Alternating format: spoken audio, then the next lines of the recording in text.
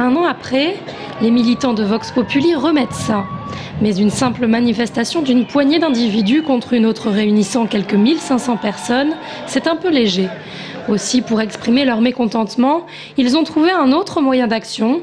La pétition qu'ils ont lancée il y a de cela un mois réunit sur Internet un peu plus de 370 signatures contre une tradition qui rime pour eux avec exhibition.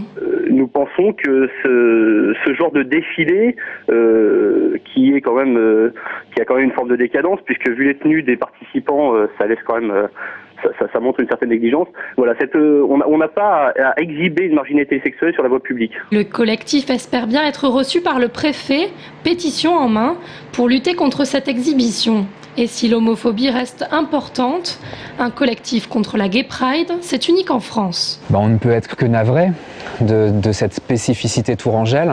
On a des spécialités locales dont on est plus fier. Moi, je trouve ça très inquiétant aujourd'hui qu'en France, il y a encore des associations d'extrême droite pour réclamer l'interdiction d'une manifestation tout à fait pacifiste et qui se réunit uniquement pour réclamer l'égalité des droits. C'est notre mot d'ordre de cette année. En 2011, je marche, en 2012, je vote pour l'égalité des droits. Et justement, c'est bien ce slogan qui pose problème.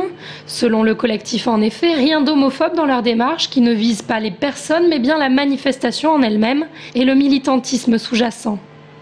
C'est pas simplement un carnaval rigolo, non, c'est vraiment un rendez-vous politique. Nous sommes contre cette façon, nous sommes contre leurs opinions et nous manifestons notre mécontentement.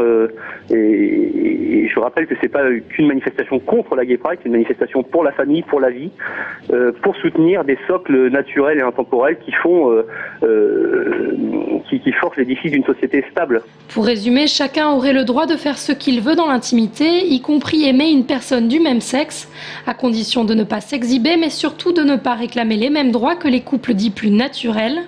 Rendez-vous donc le 21 mai prochain pour voir quel camp aura réuni le plus de suffrages.